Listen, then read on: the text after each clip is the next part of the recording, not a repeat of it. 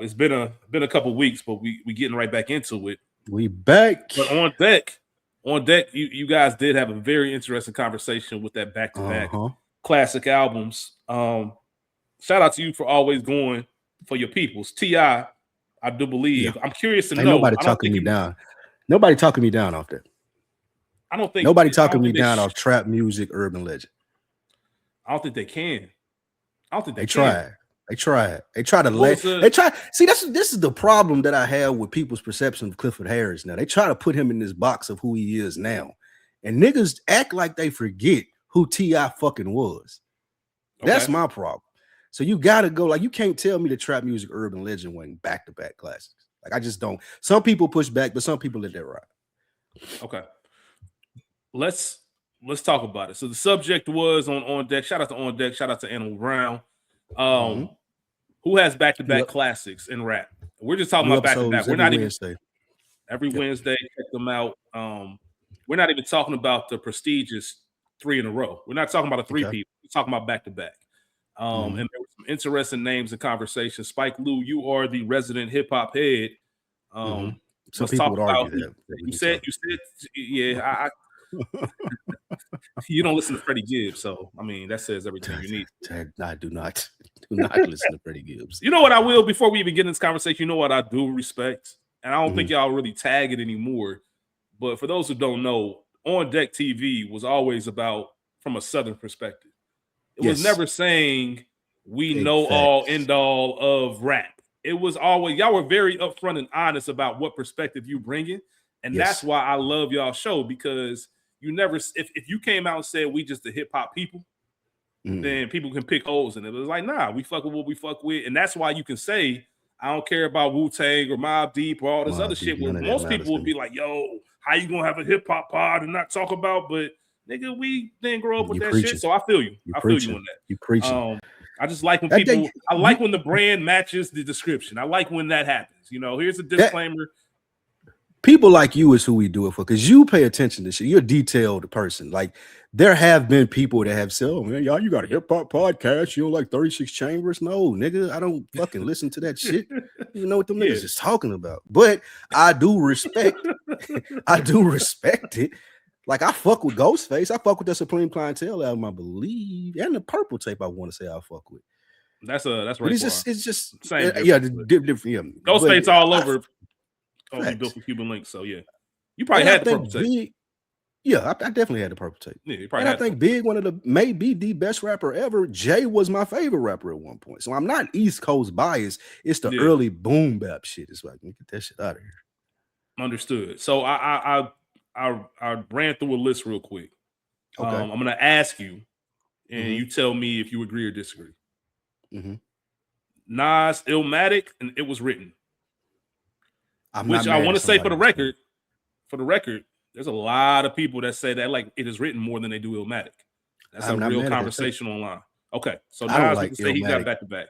I'm not Illmatic at all. It's a no for me. I tried listening a couple times, but I get it. I totally understand listening to it, and I don't discredit it as a classic. It's just not anything that I would listen to. It Was Written though. That shit was fire. Like, It Was Written, I Am is my Nas, and Nostradamus. I fucked with Nostradamus. Like, that's my Nas phase right there. Yeah, I remember you talking about I Am, which I think, I don't want to say you're in the minority, but I don't think anybody would necessarily consider that a classic.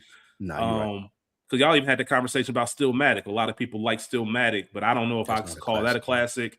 So yeah, I don't know. Big, Ready to Die, Life After Death.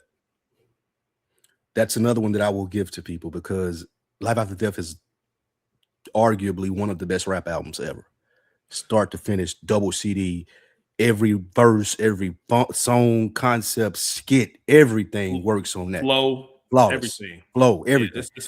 No notes, 10 out of 10, 5 mics, however you want to call Facts. it. Double XL, Facts. All the awards.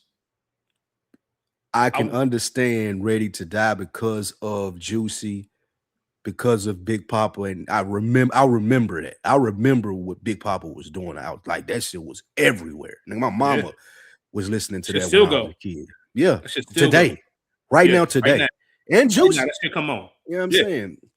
And it's funny. if One More Chance had been on there, the original, like the newer version, because you know One More Chance is not on there. The One More Chance is on there is like a boom bap version. Mm-hmm. If the remix had been on there, then yeah. But I'm not mad at nobody saying Big either. It's life after death for me.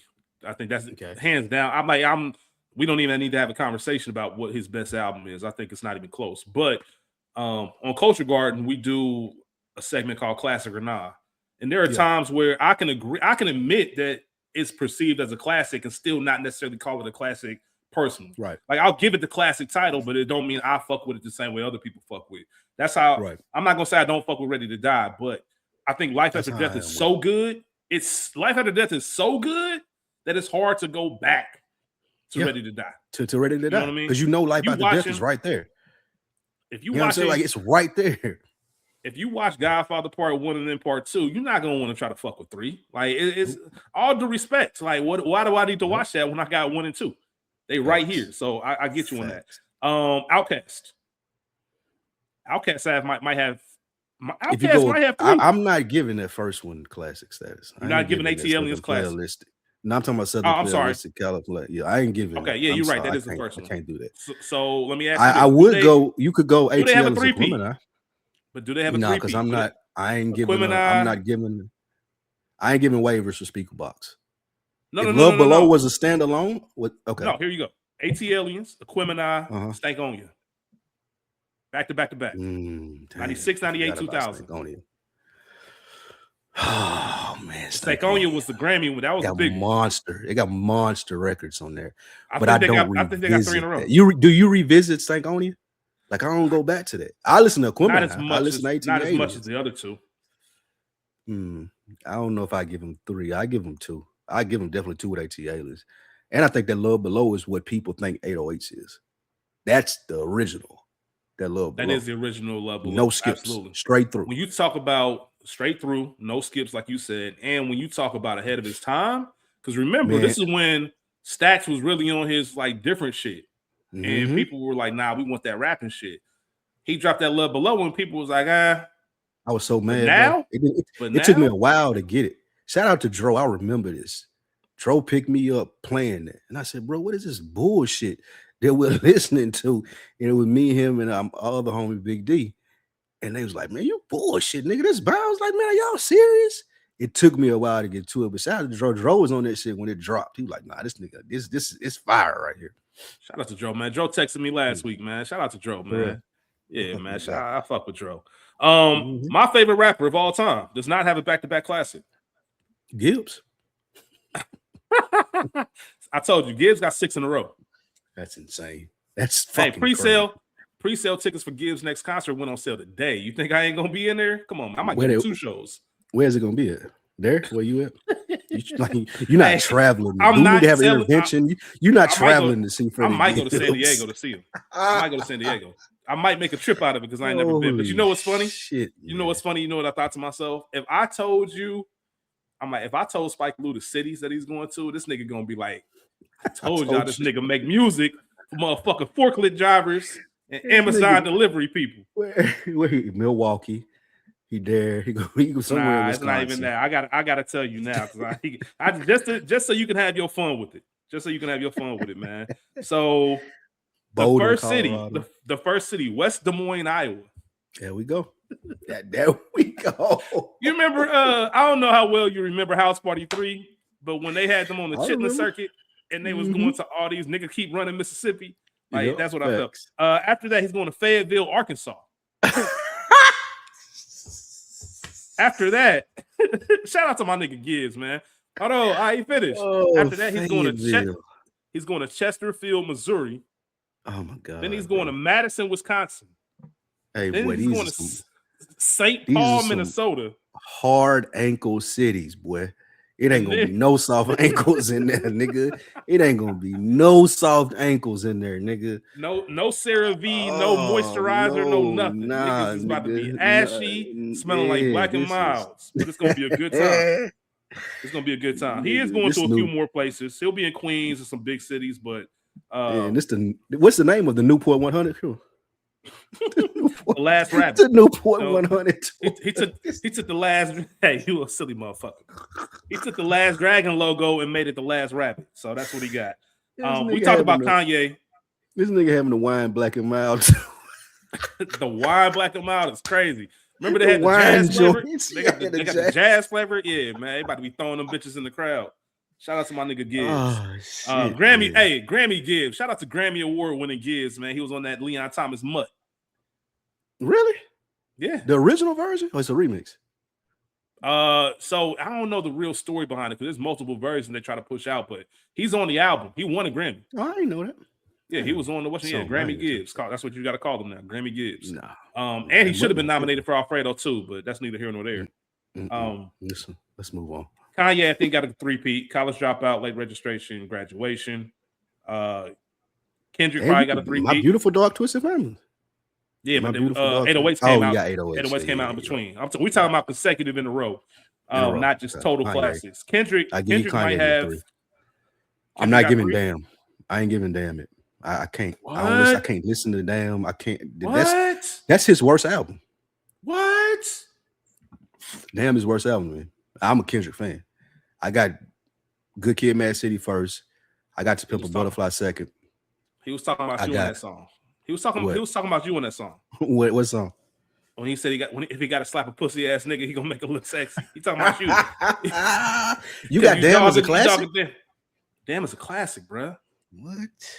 Top to bottom, classic. Good Kid, Mad City, Pimp a Butterfly. Damn, I got to give it that. But I will say this. Spike Lou. I'm not gonna argue the case if somebody disagrees. I'm not standing on the table saying, "Damn, gotta be on it." Nah, okay. He got at least two. Cool. He got at least. He at least got two back to back. And then everybody else, I gotta mention X, his first two albums back to back. Even though I go 2, 3. Flesh in My I'm going 2, the first 3. You go Flesh in My Flesh. The first one, Flesh in My Flesh, and then there was X. And then X was cold. That's the one with what these bitches want from a nigga. And it had the same old shit, dog. Just a different day. You know how I play with. Yeah, that shit with the lock. He got a song with the locks. I can't even remember the name of it. Like Holiday Styles. Bitch, I get you shot in the head or shot in the leg. If I ain't facts. Them niggas went crazy. Everybody else is people you don't care about. We talking about like Run DMC. You talking about Tribe Called Quest, Raekwon, Mobb Deep. Y'all know nothing about it. Nigga said Lupe, the Just cool Drake? and. Does Drake have back to backs? I don't think Drake got a classic album, but that's me being biased. I'm not a Drake fan. Like I ain't went back and listened to any. I haven't heard. I think Take Care is what they say his classic is. I ain't heard that shit in most years. people say Take Care. We've already Take Care in years. We've already heard discussions, or we've had discussions. What about Wayne? Mixtapes. People saying quarter 2 and quarter 3. Give me that squad. Give me that squad up lineup. Squad, you start squad 4, squad 1 through 4. You got it. I don't got quarter 3 as a classic. I got quarter 2 as a classic. Carter, because here's the reason why. If we were average, if we were just pedestrian hip hop fans, we probably would say quarter 3. But we know quarter 3 ain't even Wayne's best work from that era. Like Wayne's, like I said, his mixtape run was lapping most niggas. So, I fuck with One Heavy. Like Birdman JR is still one of my favorite songs, period. Yeah. And then you got Carter 2, which is his best album, in my opinion. I don't even think that's close. Carter 2 is his best album. I would put 1 and 2, but if you didn't want to say 1 was a classic, if you didn't want to say 3, I think majority of people would say 2 and 3. I know you argued this already on the show. We're going to get into our episode soon. I know you argued this on the show about J. Cole. A lot of people might put For Your Eyes Only along with 2014. I know you don't fuck with. No. There's a large crowd that fuck with large. I mean, For Your Eyes Only. For Your Eyes Only. It's I say that and KOD might be the two that I don't listen to the most. I revisited For Your Eyes Only randomly. I tried. I couldn't. It's not bad. It's mood. It's boring. It's boring. It's boring. It's a boring album. You have to be in the mood to listen to it. Let's put it like that. It's boring. You got to be in the mood to listen to it. You got to be. It's not riding around road trip type music. And like I said, Gibbs got 6 in a row. Scarface. Mr. Scarface is back. The World Is Yours, The Diary. Is The Fix after The Diary? I think so. Was it? If the Fix is after the Diary, 02? Fix came out of 01. That was But 01. the Diary came out in 96. Let me see. So I don't think that was his next album. This would be our last one before we get in there. If the Diary follows the Fix, I would give it to those two. Nah, Diary follows The World Is Yours. So it's Mr. Scarface is back. The World Is Yours. The Diary. The Untouchable. Oh no, them was some slaw. Because he had the Untouchable and My Homies. Yeah, he had the Untouchables and My Homies. Then he had Last of a Dying Breed. Then he had The Fix, which was okay. So yeah, I don't know if he got 3 in a row, but he definitely got some. But that's a good conversation, man. Make sure y'all check out. Hope y'all enjoy it. 8 Ball and them JG. Show. I want y'all 8 Ball and them JG. I gotta get little. My Tennessee brethren, they absolutely do. Coming out hard. Bad Boy album. Coming out hard on top of the world. Stop it. The Bad Boy album. The Bad Boy album was solid. It was solid. It was solid. And that Lloyd song banger, but coming out hard, still go tough. Coming out hard and on top of the world. Coming out hard had the 9 songs with Mr. Big, and then on top of the world had Space Age Pimpin' and Friend or Foe. So yeah, I got you. That's enough. Got you, man. We appreciate y'all tuning in, man. Having some banter with us to begin. It's been a couple weeks since we had a new episode. We are back. I'm here, your host, Rich. Another week in the books, book 2, chapter 53. Spike Lee, we running these numbers up. Yes. I'm with the legend Spike Lee, as I just mentioned. Spike, how you feeling today, brother? I'm feeling good, feeling great, man. What about yourself? How you been out there? I'm doing well, man. Doing well. It's been a busy 2 weeks, just kind of getting back in the swing of things. We don't talk about that low. It came up that we couldn't get y'all episodes, but we hope y'all was all right with what we did. The Town. Hope you loved that movie. Fucked with it. And I'm glad you mentioned that, because I do want to make sure everybody's aware of what's going on. So, every third Friday, every third Friday of the month, there will not be an episode of Another Week in the Books. And for good reason. Spike Lee, On Deck, AB are expanding, doing collab episodes during that week. So they're doing more work. I didn't want to necessarily take the time to rotate guests while Spike was doing that. I think it's a good time to kind of refresh and restart. This podcast, I think breaks are more welcomed, and not extended breaks, but I don't think there's anything wrong with doing 3 episodes a month versus 4, because it is so personal and it is so open. And I think it just felt right. So instead of doing our break every 10 episodes, we're just going to do the every third Friday. We won't have an episode. Y'all know in advance now, and then we'll keep everything rocking and making sure we keep rolling on. Also, hopefully y'all like the bonus episode of The Town. We appreciate y'all for tuning in. I saw we had some views on YouTube with it, and probably some audio views. I haven't checked those numbers, but it's always good. Same 2 hosts, but just talking about something else. The Town is a classic movie. That was Spike Lee's first time on the Culture Garden, and it was a good time. It was a good time. So shout out to y'all. To get invited back. Yeah, we got you, man. You classic only. Shout out to Ray P. Yeah. You classic only, man. We can't have you on for no bullshit. So we got to get you on for something interesting. And at this point, just pick your poison, man. Whatever you want to do, you just hit me up and say, "Hey, man, I want to talk about this," and you on. So it ain't no thing. Shout out to Ray P, as you mentioned. Shout out to the whole squad, the whole crew. And we appreciate y'all bookworms out there for rocking with us. Before I get rolling, I do want to kind of get into some comments that we had, I think, from episode 50 or chapter 52, should I say. I know one of them was a brief comment. Hold on. Did we read chapter 51? Yeah, we already did chapter 51 comments. We did, because that was the one where they were talking about you need to put those clips up, which we will have more of them now that we're back recording. But Golden Child 1123 wrote in and said, "Great conversation, guys. Pretty brief, but we appreciate that. Thank you. This is in reference to our Tell Me More chapter." And then Public Enemy B, he wrote in, "Our guy, question of the week. Funny enough, I thought about this before School and Rio did their episode this week." All right, for reference, real quick, School and Rio. School's been on here, of course. Shout out to School. Him and Rio have a podcast called Who the Fuck Asked You? Kind of a debate, not current event, but kind of a debate, top 5, top 10 list type of podcast. A lot of good topics. Mo's been on there. I've been on there. I know Spike Lee need his invite because Tell school to send that. That's my favorite type of conversation. Well, I know exactly what episode might fit for you. What's that? So the Public Enemy B, what he's referencing is an episode I was on where we did top 5 saddest TV or movie deaths. Ooh. Right. And I told school, I said, we need to flip this, have another episode. Spike Lee will be perfect for it. The happiest top 5 satisfying deaths. And I think I already know who number one on my list. You already know what number one is. Yeah. But well, actually, wait. Are we talking about the same show? What's your show for number one? Game Just of the Thrones. show. Okay, yeah. Number one, the same for you. Game of Thrones. Wait, who was your saddest? Who did you have? Ricky. Oh, Jesus. Yeah, I think that's unanimous sad. I don't think I got one that probably didn't make nobody list. What was it? Top 5 for me, definitely my guy Thomas J. You don't even remember that. He was too young for that. From my girl. Yeah, when I he know. got stung by it was on the list. It was on the list. It was. Somebody said that. Yeah, absolutely. You know, we from that era too.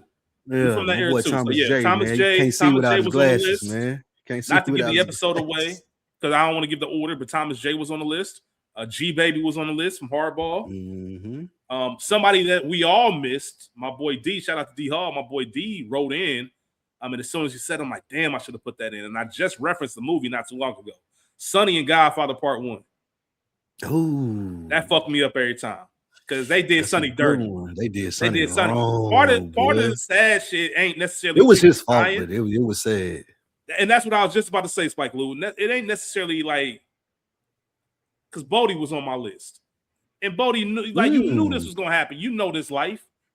You know this life, bro. So I can't be mad or upset, but it's still like, damn, the way you went out was crazy. And that's how I think about Sonny. Like they did Sonny dirty. Did y'all have my boy on the list? Did you watch Lost? Did y'all have we didn't have nobody. It's not Penny's Boat. No, we didn't do that. We didn't do like Walking Dead or a lot. Well, I think Rio did some Walking Dead stuff, but damn man, I would have been fun. I know, right? We're gonna get you on there. But the question, just to finish it out, what was the last movie or TV show that you shed a tear to?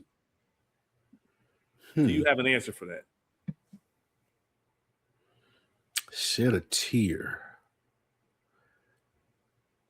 I don't. Damn.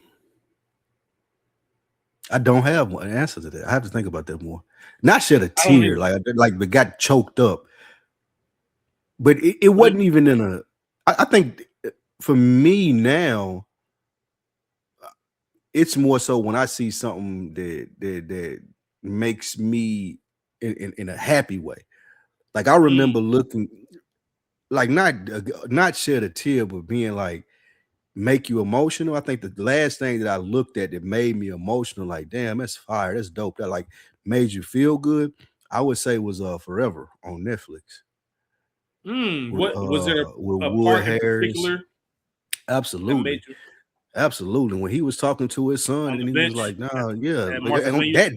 Yes, nigga, that shit right there, that pulled at okay, I won't say shed it. It pulled at heartstrings where you like, damn, that's fire, bro. I'm not being facetious. This isn't hyperbole when I say this. That was one of the best scenes of television I've ever seen in my life. Especially for us as black men. Like that resonated with, like, if you're a black man and you watch that, you should feel something. Like you look at that, you're like, damn, man, Wood Harris fucking killed that. That was one of those. We need to have a conversation of best TV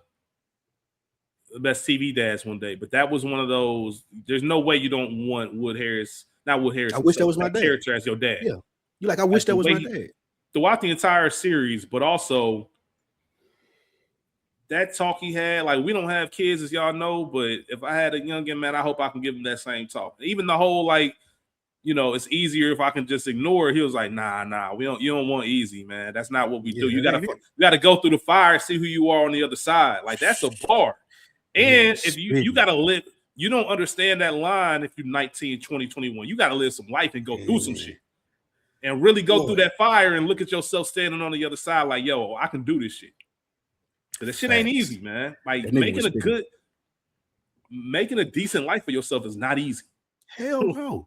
Like, it's not easy. Like, and making a decent life for yourself requires you like, we get under this misconception that you just have to show up. And like, I think that's when you talked about your fear of this, like the mundaneness, like Christopher said, mundaneness of life, said our good earners. But you talked about this too, where people just get comfortable in their everyday routines. And you could do that, and you can live your life like that, but it ain't gonna be as fruitful as you want it to be.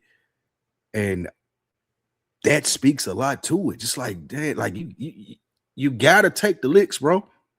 Like you gotta get the black eye, you gotta get the scraped knee, you gotta wreck the car. You have, you know what I'm saying? You got to get the jokes. Like that has to happen so you can understand who you are. Yeah, that shit was fire. Who you are in the moment of chaos, in the moment of adversity, that's who you really are. And if you don't have those, if life is all peaches and cream, you never really know what happens when you're back against the wall. Like, and yeah, I was thinking about this the other day. Go ahead. I was just gonna say that speaks to conversations that we've had on here about like day one friends and day twos or whatever it may be. But some of the reasons that some of my connections are so strong with the people that I grew up with, because I've seen and we've seen each other in situations where it's like, it's make or break right here, nigga. And you know, they come out on the other side. So even if you don't talk to people every day, even if it's like the mutual respect that you have for someone that you've seen go through the fire and they know they went through it with you, like it's just like you can never replace that. There's always going to be that amount of respect for people in your life that you experience those type of things with. I agree with you 100%.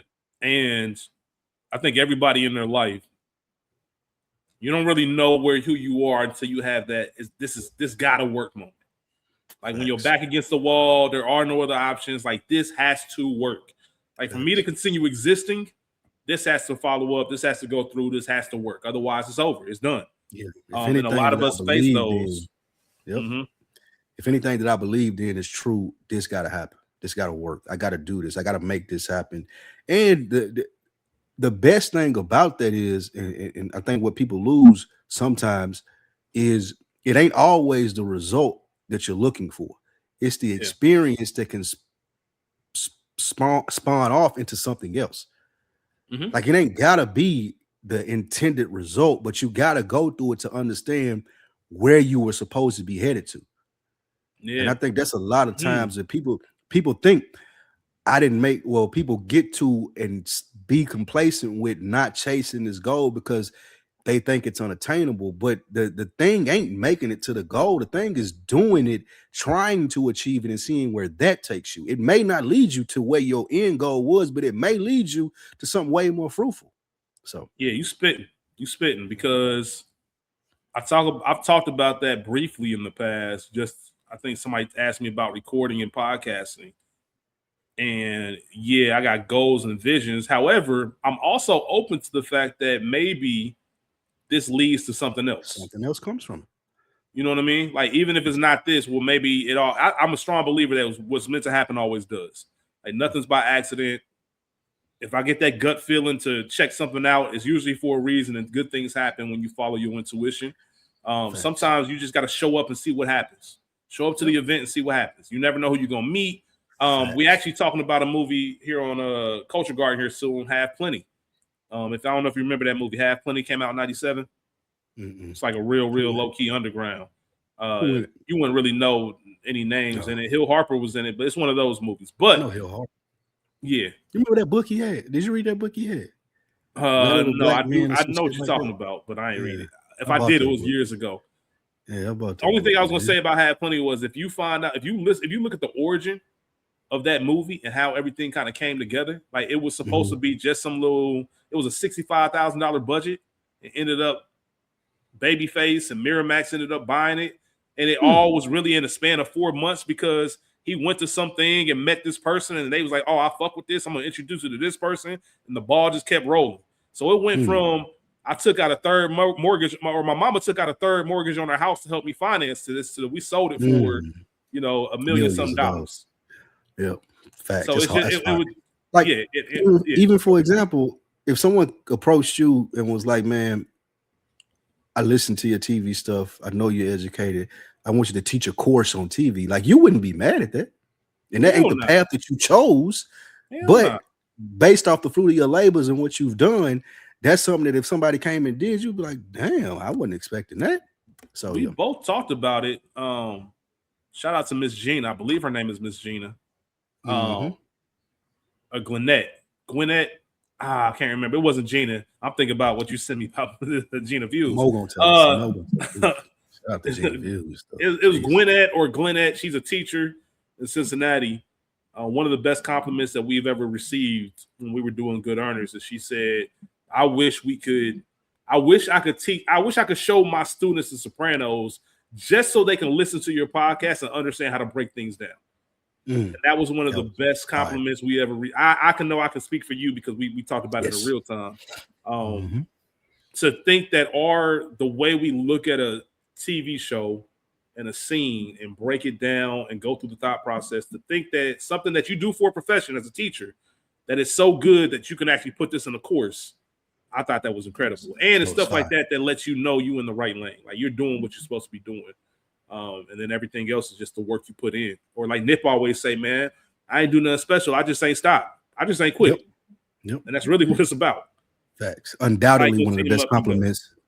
Undoubtedly one of the best compliments I've received by doing this. 100%, man. So I want to ask you, Spike Lou, as we kind of roll into chapter 53. We don't really have any set plans, especially with it being a couple weeks. Just want to catch up with each other. But I do want to ask you about the world that's around us right now, man. The country. Seems like pure chaos. It is pure chaos. It's. I'm sure every generation has a claim to say they lived in the wildest era ever. Like, you know what I mean? Like I'm sure I don't think like us. Ours is and I know there's discounting. Like we talking about people that lived through World War One, Two, Vietnam. Like, I understand that, but I still think, and it may be personalized to us, but I still think just like what we've seen, encountered, endured, dealt with in our lifetime as being late 30s, early 40s. I don't know if anything compares to that, or I don't know if we just are a more sensitive generation. I don't know. I ain't staking claim to, man, we had it the hardest, but what I do know is that it was a lot different for people prior to us when they had to deal with that shit. Like, even now, they talk about this is the lowest generation of birth rates. It's the lowest generation of people buying houses. Like, people don't want to get married. Like this. We were sold a dream when we were younger, like, oh, go to college. You'll get a good job. You'll be able to buy a house. You'll be able to start a family. And now we at this age and we looking at it like, nah, that shit seems like I ain't trying to, like, as much as shit is for me individually, I couldn't imagine starting a family. You know what I'm saying? I couldn't imagine wanting to do that and the burden. Like, I got homeboys that got kids in college now. Like, y'all niggas is paying $15,000-$20,000 a semester. Like, you better be smart. No.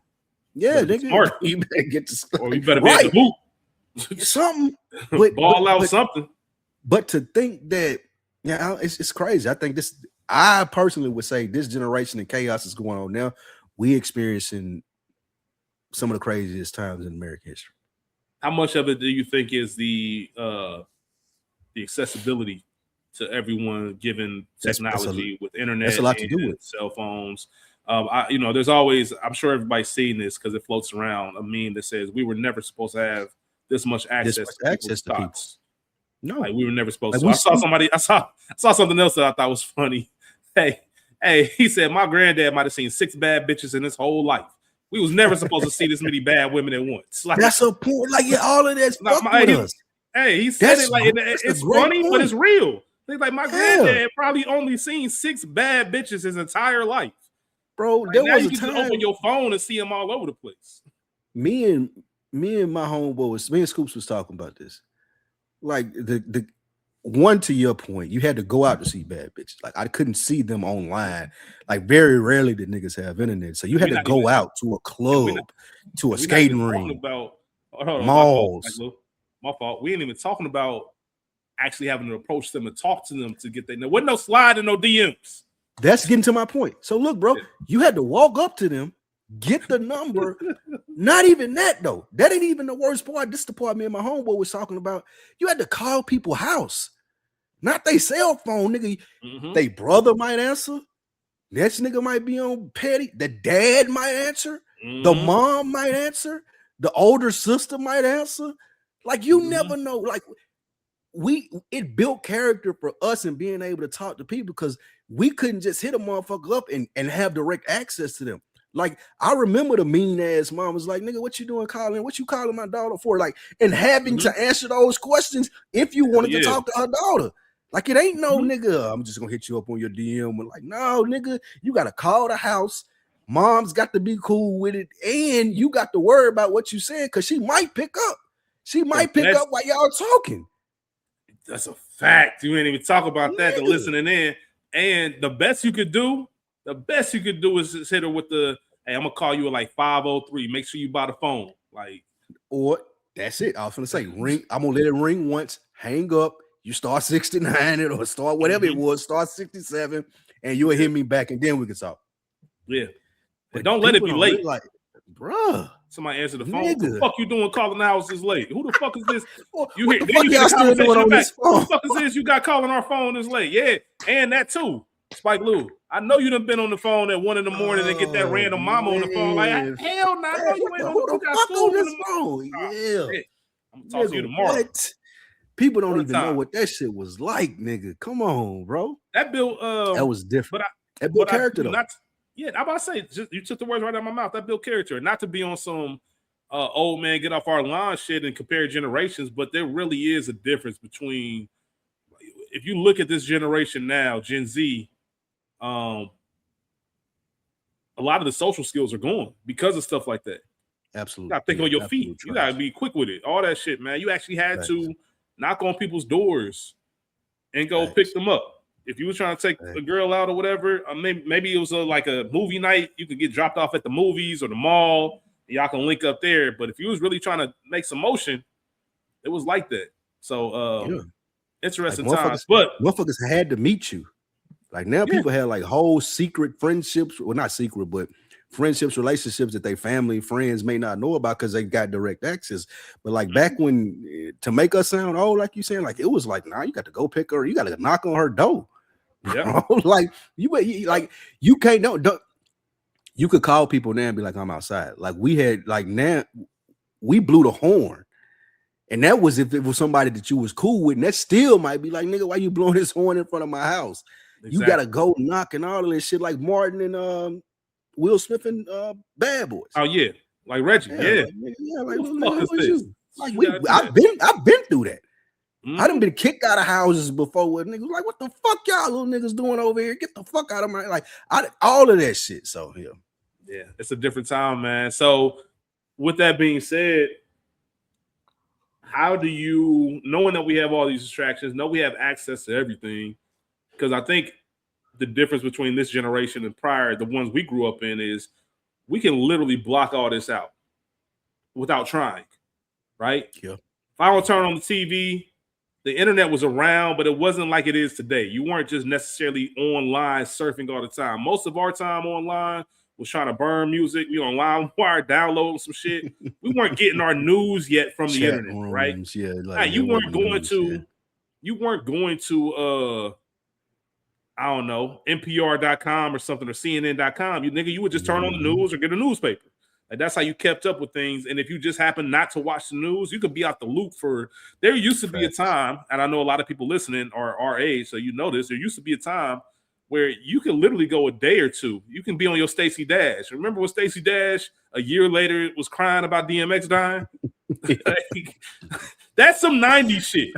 It is. That's some 90s shit. There's no reason why in 2021 or whatever it was that she didn't know that. But back then, nigga, you can go 7 days without hearing some big news if you was on accident.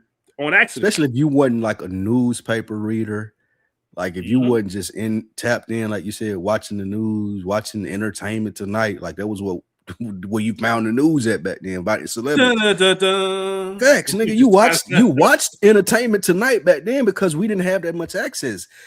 there's no way I should know like what Blueface day-to-day shit is, or what him and Not at all. Christian, whatever the fuck her name is, got going on. Like, it's insane the amount of access that we have to people. And sometimes, to be honest, it does get overwhelming. And sometimes you like it, like I said, chaos. I found myself here recently, to answer your question. I've tried to like back away some, and people have been surprised by that, because my job, as I'm doing this commentary on podcasting, is to know stuff.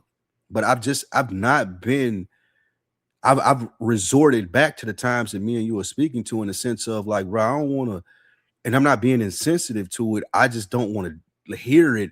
Like, I don't want to hear about ICE. I don't want to hear about all the stuff that's going on in different places. I just, it's not that I don't care, but it's gotten to a point where it's like, okay, what do you do about it? What are you gonna do? Like, I'm tired of hearing people talk about, oh, ICE is doing, or let me stop saying ICE, so people think that I'm something I'm not. But I'm tired of hearing people just bring up stories to bring up stories versus having a solution. Right That's wing what I'm Lou. saying. Right wing Lou. I mean, It's a joke. It's a joke. It's a joke. Nah, for real. Like, it's a joke. That's a very good point. That's a very good point, because I think that's the bothersome part about it. We come from, our mindset is, well, what you gonna do about it, right? Yeah. It's like, if there's a problem, we can either talk about it, or we can do something about it, or we can shut the figure it fuck out. up about it. Shut the fuck up. One of the three options. Shut up, do something. Go ahead. Yeah, but continuing to just have conversation about it, like, bro, I'm not, what the fuck are we talking about? And it's funny, we started this episode, or this chapter, talking about rap. J. Cole, on his freestyles that he just dropped before the fall off, I forget which beat, it might have been on that Victory beat, when he mentioned, he smoked that shit. But he mentioned, like, the key word now is engagement. Like, there's so many people trying to chase and battle the algorithm, or kind of beat the algorithm, that you have to keep these things in the news cycle, because that's what's trending and all that stuff. And that's the part I hate. When we talk about things that we don't like in this space, that's it. Because I don't give a fuck about having, I know we talked about this ad nauseum, but our lack of wanting to make reels and put ourselves out there. And I think part of it just because we didn't grow up that way. Yep. We didn't grow up like feeling the need, like the work speaks for itself. Like, the people who's supposed to find this work gonna find it, and they're gonna fuck with it, or they not. And that's it. Like, I don't feel like I need to sell myself over and over. But now what people are doing is, okay, they'll take a tragedy, or they'll take a sad story, and then they just run it through the loop. Now you got everybody talking about the same thing. And I know that's one thing you and I talked about, really not wanting to turn this into. Like, we didn't want it to make it a gossip call, even though we had a little stretch where we were kind of finding our footing, and a lot of current event stuff was being discussed. At least it was a little bit different, or some stuff you might not have heard of. Once again, that's another thing I rock with, and On Deck about, because some of the topics y'all be having, I be wondering to myself, how the fuck do you even know this is a thing? Y'all talked about something on this past episode, and I was sitting there thinking, like, why the fuck do you know that? It was towards the end. I can't think of what it was towards the end, and I can't think of what it was. The Travis Scott shit. Yes. Eating KFC with a fork. Like, why the fuck is that even? How do you even find that out? Like, I think to myself, I heard that, and I'm like, how do they know this happened? I'm so happy. Sometimes I'll be thinking, I want to be Mo. Sometimes Mo's so disconnected from the world. It's actually comical. There's be times me and Spike Lee might say something, and this nigga like, what y'all talking about? And he has no clue. It'd be the biggest story in the world of the day. He's like, oh, really? That happened? And not only just of the day, it's been talked about for the past 4 days. And Mo be like, I don't know what you're talking about. 100%. And I respect him for that. Shout out to Mo. But real quick, before you go to your point, I just want to read this quote, because it's one of my favorites, and it ties into what we're talking about. You probably remember this. Denzel was on the carpet, a red carpet once. They asked him kind of about this topic, about these news cycles and all these stories and stuff. And his quote was, if you don't read the newspaper, you're uninformed. If you do read it, you're misinformed. I think that's where we're living in right now. You have the choice of uninformed, misinformed, or going out there to find the truth yourself. And it's a wild world, especially when you even think about. I saw somebody today post this on social media, just talking about somebody please free my older family members from AI on Facebook. Like, Yeah. I'm sure y'all all have seen that, like that new series with like Damson and Joey Badass. As soon as I seen it, I think we talked about it, I'm like, this gotta be AI. And people been running with that shit. AI is really kicking people's ass out here. Facts. People don't know what's true. And it's low key. I know we talking about it's scary low key. Because No, you have I to catch myself sometimes having to be like, hold on, what? I said this on Is the Mic Still On? We keep talking about there's going to be a point in time where you got to ask what's real and what's not. We've reached it. We're there. Like every link that somebody sends me, everything that I see is like, is this real? Like you ask that question first before you ask anything. And that's part of the insane thing in which what we were talking about, the generation that we came up in and where we are now, that wasn't a thing. Like if somebody sent you something, if somebody took time out of their day to text you something, if somebody took time out of their day to tell you about something, it was true. Mm-hmm. Like they believed that it was true. And now it's just like people will see a headline. They think that people are going to respond to the group chat in it, and boom, they don't do no research. They click it, they share it, and it's in the group chat now. And now the group chat is like, is this real? Like, what's going on? Then need somebody go check it. It's a whole big thing.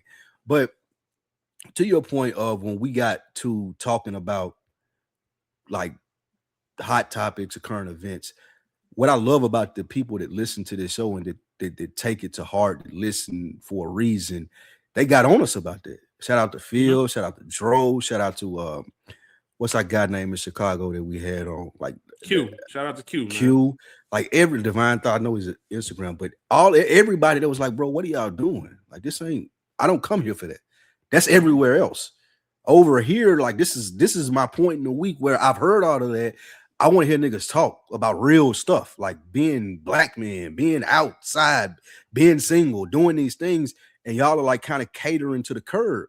And I really appreciate the people out there that got on us about that. And I say got on us like not in the sense of like that, but just showed that no, y'all are better than this. Like y'all talk about more than this. Y'all do more than this. This means more than, oh man, did you see what they were talking about on Joe Budden? Like, no, nigga, like this ain't what this is about. So I really do appreciate the people that respect this platform and forced us to respect it more by not continuously doing that stuff. Of course, we're gonna do it sometimes because I mean, it's a part, and that's what a question that I want to ask you.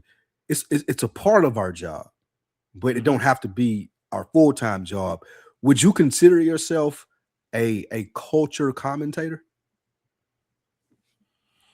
I might say no. And the only reason I'm going to say no to that is because,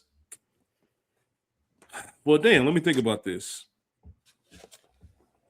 Can I be a culture commentator if I don't care about most of the stories that are coming out? That's kind of what I'm thinking about. And I guess the first thing I think about is you also have to think about what is culture. Like to you, what's culture? Because I feel like this is culture. What we're talking about is culture. It ain't current events, but it's culture. You know, you're 100% right. I'm thinking right now if there's a better word for what it is that we're talking about. And maybe there is, and I can't think of it right now. I think what we do is a little bit more than just culture commentary, being a culture commentator, because sometimes you have to make your title based off of what the average person views it as. So the average person, if you say a culture commentator, they're going to think JBP. They're going to think, God forbid, DJ Academics. They're going to think like streamers, all that kind of good stuff. And I think we're deeper than that. Like they're not having those kind of conversations that we're having here. I feel like we're real life commentators. Like we're true and honest commentators, but I don't know if I consider myself, because most of that shit I don't care about. That's why I never really had a desire to do a current events topics, because when I say I don't care, I mean care enough to talk about it, to form an opinion and thought and debate it or speak to niggas about it on microphone. Like it is what it is. It goes back to what you said. There's plenty of that everywhere, but there's not a lot of people who are like us and just kind of bearing their soul on different topics and being so relatable. And I think that's why the past few chapters have been so successful with our feedback, because people are like, yo, this is it. Y'all finally hitting that spot. of where people need to and want to hear, because there's not a lot of, I called you once and I had an idea that I think we're going to make happen here about like what the vision of this is and how we really kind of incorporate it all together. Yep. But yeah, what about you? Do you view yourself as that? I think you are more than me. Maybe not in this space per se, but everywhere else. Like I think you have to be tapped in. And it kind of goes back to what I said earlier. Like that's why I envy Mo in a sense, because Mo doesn't have to be tapped in. Like, it's exhausting to be up to date with the news. Yeah, I agree with you there. But it's necessary. The only reason that I sign up for it because of people like you or people like Dro or even Mo, or like I feel like I have a different perspective or something different to say that a lot of people wouldn't, or just even am more curious in the opinions of people that look like me, sound like me, do the same things that I do. And that's kind of the fuel for being able to do the different shows. I'm like you in a sense of like, I don't want to be tapped into this stuff, but also the type of mind that I have and the curiosity that I have, like being inquisitive. Like people have been calling me that since I was a child. Like I've told a story on here before. It's like talking to a grown man about football at 9 years old and him looking at me like, nigga, who the fuck is you? How the fuck? Yeah, like what the fuck are you? Like, how do you know this? I've always been like that. And I've had these conversations with Ken. Ken has asked me, he's like, bro, why do you know this? Like I've had conversations with girls that I'm dating. And what's that? Sorry. Example 1780 of you and I being everybody in the crew. They call me the Jeopardy nigga. Like this nigga has so much useless information that he can literally go on Jeopardy and probably maybe if he don't win, he can at least place in that bitch. Facts. Like this nigga knows so much random shit. Yeah, it's just I don't know what that is. I got a book. I bought a book that it's called How Things Started. Just because I'm curious on like different phrases and like sayings and all that, like just how things began. Because as we said earlier, we're in the information business. I just want to know. Nigga, I used to read encyclopedias. Like I had the encyclopedia set, and I used to read that shit, nigga. That's how old I am. Like it was just something to like. I was just interested in different things, and that's transferred over to doing this. So it doesn't seem like a chore all the time, but sometimes I do agree with you. It does. Sometimes I'll get the rundown for a show, or sometimes I'm creating a rundown for a show, or sometimes we'll do a movie where I'm like, why the fuck am we doing this, or am I talking about this? Like this week, we're doing Hamnet. I was so mad. I'm not what. No, that might be one. I haven't seen it, but that might be one that makes you. Grown men were saying it was crime. I can't believe it, Rich. I don't believe it. I do not. But I was mad. I was mad at the producer. I was mad at these niggas greenlit this when I wasn't there. Like I was legit. Like every time I would keep opening it up to like, I was like, man, what the fuck is this? So first I didn't even know. I thought it was some sci-fi thriller or whatever, Hamnet, like Tenet, something like that. And Shakespeare, somebody put in the text like, are we really doing Hamnet? And now I'm going to look it up, and I see what it is about Shakespeare's son, and I see that it's 2 hours, and I'm like, are y'all fucking kidding me?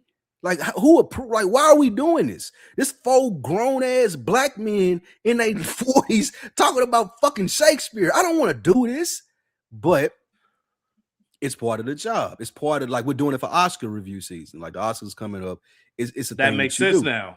That makes sense. It does because we're doing some other bullshit. This like I'll tell you the name of that. Now I seen Begonia. I like that. Begonia. See, stuff like that looks interesting to me. Begonia was good. I ain't like the ending really, but it was it's another fucking love story. I'll look it up for you. But it goes to your point. You asked me what say, am I a culture commentator? Yes, I have to be, because this is what I signed up for. This is what I want to prove. This is what I wanted to going into accepting doing all of these podcasts. as making my chops and proving that I could do any of this. It don't matter. We can talk about sports. We can talk about hip hop. Man, you can talk about life. I can talk about current event on Insta Mic still on. I can talk about hip hop on deck.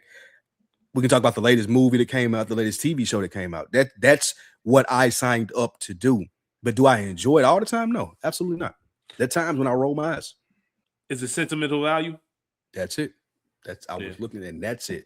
Mhm. Bro, I do. When I tell you I have no fucking desire to see Yeah. either one of those movies, reading the description, no fucking desire at all. Yeah. But the producers and younger cat, he's like, no, people gonna be talking about this, and I'm like, all right, but I don't. That's the funny thing about it. I can't remember if we touched on that here briefly, and I do want to wrap this conversation back to something we just talked about a couple of minutes ago, or a few minutes ago, should I say? But the doing something you love, but it turns into a chore. But you don't always like it. You love it, but you won't always I like love it. movies. I love movies, but when you have to, it's a difference between watching a movie for leisure and having to watch a movie to think about my own thoughts. There's two completely different things. And actually, me having a movie podcast, it actually made me have to start watching movies, old movies that I've seen before, just out of pure love. Because if I wait too long and the first time if I haven't watched a movie in 10 years and I'm watching it just to talk about it, I'm not thinking of it the same as if I was just chilling. I'm not going to appreciate it because all my brain is working on what are some good conversations, what are some good talking points, how can we make this episode interesting versus just sitting back. And that's when you get the beauty of it. You appreciate what's going on. To circle back to something we kind of started with on this, as you mentioned, being culture commentators and having to be informed on everything that's going on. Do you ever feel guilty for wanting to escape that? You know what I mean? Do you ever feel, I guess, what does it mean to you to not know something? You being as inquisitive as you are you inquisitive to the point where I have to know what's going on because that's who I am, or I'd rather protect my peace from all the bullshit that I know is going on? If that question makes any sense at all. No, it makes sense. And the way I navigate through that is I insert like experience and personality. So the example that I would give is I just got shit last night. Y'all go check out Dead End Sports, the live stream. We're doing NBA. I'm not an NBA fan. We had to do top 5 positions: power forwards, centers, small forwards. I got something funny. I got something funny to say about that real quick. Just to show you how out the loop I am. The Ringer Bill Simmons did his trade value that he does. He's been doing it for years, probably 20 plus years at this point. I read it today, and like numbers 81 through 68, I'm like, who the fuck are these people? Like, these niggas are professional basketball players, and they're like top 100 in the league. Like, I have no idea who they are. But anyway, keep going. No, that's a good point, because when we were doing our top list, like, mine didn't coincide with traditional or what they had. And Spike don't watch basketball. And I didn't take offense to that. I leaned into it. Like, why would I? Nigga, who's watching this bullshit at this time of year? Like, nobody gives a fuck about this. And I'm defending my list because this is what I believe. Like, Embiid wasn't on my list. And it's like, oh, the last 5 games he's had this, that, and the third. And I was like, bro, I seen this nigga play this year, and he looks like he can't run up and down the court. So I'm standing to it. And they're like, oh, we're going to clip that because that's going to get 1 million views because you sound insane. That's fine. I'm cool with sounding insane, but this is what I believe versus like what you said, feeling guilty for not watching it. I'm basing it off of I'm abreast. I know what's going on. I ain't completely out of the loop just because I'm a sportsman. Like, I watch basketball. I may not be watching it as much as y'all, but I will be able to have an opinion and defend my opinion. And that's what's the important part to me. I ain't really pressed about knowing everything that's going on. It ain't gonna bother me if I miss something. But what would bother me is if I wasn't able to express my opinion and defend my opinion. And one opinion that I always go back to here of late is the Memphis shit that I said. Plenty. I'm glad you brought Dave this up. Dave Chappelle came out and said this. Like it's been other people that have said this since I said it, and I was validated in that opinion. Can I ask you a question about this? Yes. This is actually pristine timing. I want to set this question up right because it's one of those questions that I ask where it's not me asking it. It's me looking from a bird's eye view and wanting to get your opinion on it. Okay. So here's what it is. And the Memphis thing ties into it. Okay. And it might be like a 2-layer question. On Deck TV show, the episode that y'all dropped Wednesday. One of the topics, can't believe this has even made the rundown. One of the topics was the sex tape. The woman from the R. Kelly sex tape. All right. And I want to ask you a real opinion. I want to get your thoughts. Okay. And I'm sure part of the answer is because of the platform that it is. It's on Deck TV show, right? Niggas joke, we laugh, all this shit. You refer to her as the R. Kelly sex tape girl, right? Yes. Or something of that nature. Right? You didn't mention her name once. You just mentioned she got a book coming out. I don't know her name. Okay. All right. I want to be very clear. I do not know her name. I did not do that much research. That's one of those things. So what I just said, I don't need to know a lot. I just need to be able to defend my point. Okay. So here's the thing. Yeah. Here's what I'm getting to. When you have topics as sensitive as like sexual assault, do you think? How do I want to? Let me get to the main point of what I want to ask.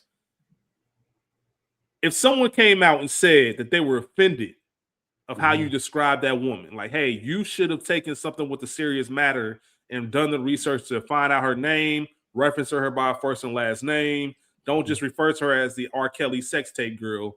Like, do some research and do that. If somebody came out to you and said that they were offended by that, what would your response be? You're listening to the wrong person. Okay. And that's what I thought your response would be. Go listen to Mark Lamar Hill. Go listen to Michael Eric Dyson.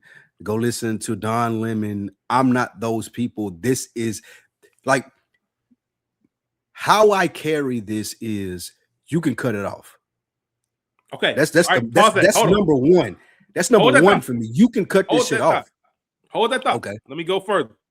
What if it was your mom that said, Lou, I don't know. I don't like that. It really rubbed me the wrong way. Would you take it different? Would you change things because of who it was that was giving you that message? Now it's moms. Now it's your favorite cousin. I would take more consideration. Yeah, I would take more consideration if it was my mom. But that's one of the few people. Like she probably the only one. Like that. Yeah. You answer my next question. How many people can get you to look at it? And like I said, look, there are people that could get me to look at it different and to have a conversation with them, but there's only one person, probably my mom, that could get me to go on record and say I was wrong for saying this, and people may have felt it that way. Like I'll have the conversation with people that I respect and we can disagree, but I ain't going back and being like, you know what, unless it was a really spirited conversation that they really convinced me, they're like, nah, you was bullshitting, bro. Like if that happened, but if my mom was like, nah, nigga, like I would go on air and be like, I was bullshit. But it ain't nobody else that could do that. I would have the conversation with other people, but it ain't nobody else is gonna be why I'm gonna go redact statements. Because you know what? I feel like you know what you sign up for when you get this, and people try to act dumb. I get this shit all the time on Reddit, and they try to say, well, Spike Lee said this, and they're like, bro, you could have cut that shit off. It's fine. You don't have to listen to this episode. You can still be a fan, or you can never come back. I hate that happened, but I don't give a fuck, to be honest with you.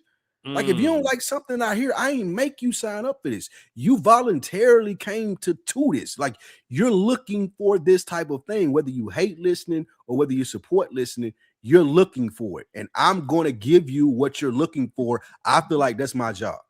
So when a motherfucker tell me, oh man, you went too hard on Memphis and you should have said this and said that, like, nigga, I don't care, nigga, because I know niggas from Memphis who wouldn't have took this no other way from, like, it don't matter. They know what I'm speaking to when I speak on the history of Nashville and Memphis. And I can talk to people who are from Nashville that feel exactly the same way that I feel and ain't gonna say, like, it validates it. So I'm not gonna back down on stuff like that I genuinely know and believe. We can have a conversation again about it, but I ain't no. Like, yeah, to your question's point, there's one person that's moms that could probably be like, nah, nigga, you bullshit. Spike Lee about to be on the Reddit talking about my mama can't save you this time. Niggas is history. Niggas history. Like, come on, bro. Okay. That's pretty much what I wanted to know, because I personally, it's almost like what we talked about at the beginning of this chapter. People have to take some responsibility in what they are consuming. Like, the issue is when people aren't smart. First of all, the issue is when it's real serious. The one thing I will say, and like I said, not to make light of sexual assault or, downtrodden cities, but at the end of the day, they're not at the top of the list of stuff. Damn, sexual assault is. Yes. But the R. Kelly woman writing, and my apologies because I don't know her name either, but her writing a tell-all book, so much stuff can be taken out of context. If you listen to the episode, you'll realize we're not talking about. It'd be one thing if y'all was really talking about sexual assault and laughing and making jokes. That wasn't the case at all. And when you think about it, that's what she's been referred to since the early 2000s when that tape came out, because nobody knew who she was. Like, and I'm glad that she's able to come out and tell her story and kind of, reclaim some of her own truth. But at the same time, if you're looking for like deep investigative journalism commentary on deck TV show, not for me, then I think that's part of the issue. That's a you problem, not a me problem. And like, we get this, I tell you, we get this a lot. I'm on the Reddit for Is the Mic Still On? We get this a lot from people that listen to that and the topics that we discuss, because some of them are more serious, but they're expecting a more serious conversations from people. Like, we're of course, we're going to know some facts. We're going to do some research, but it ain't the same as CNN or wherever it is you get your news. Like, we're just not going to do that. It's not that type of show. And there's a lot of comments in that specific Reddit for Is the Mic Still On where people are like, oh, you guys are uninformed, or you could have went more in depth, or you should have talked about this. I'm like, bro, this is not what we do here. I'm not. I am not a journalist. Yeah, I'm not a journalist, bro. Yeah. I'm just sharing my opinion with people that I fuck with, and we're recording it. That's it. So same thing with me and you. Good point. But let me ask you this, just from that bird's eye view conversation and asking the question. And this has to do with the consumer, and it's not your responsibility. It's not anybody's responsibility to be, to make sure that the consumer can handle the conversation, right? Yeah, on me. I ain't. Yeah. So yeah, I was going to ask you, if you are talking about something serious, do you ever feel like, since I don't know whose ears this is reaching, I want to make sure that they know where I stand on this in a serious matter? Or is it just like, man, I'm just going to talk my shit like I normally talk my shit? If we was in the barbershop, I'd say it like this. I'm not going to clean it up or make it sound a certain way because it's a serious topic. That's a good question. It depends. I will say it depends. Sometimes I feel like that I do have to explain and be like, look, wait, hold on. Say that last part again. Ask me that last part again.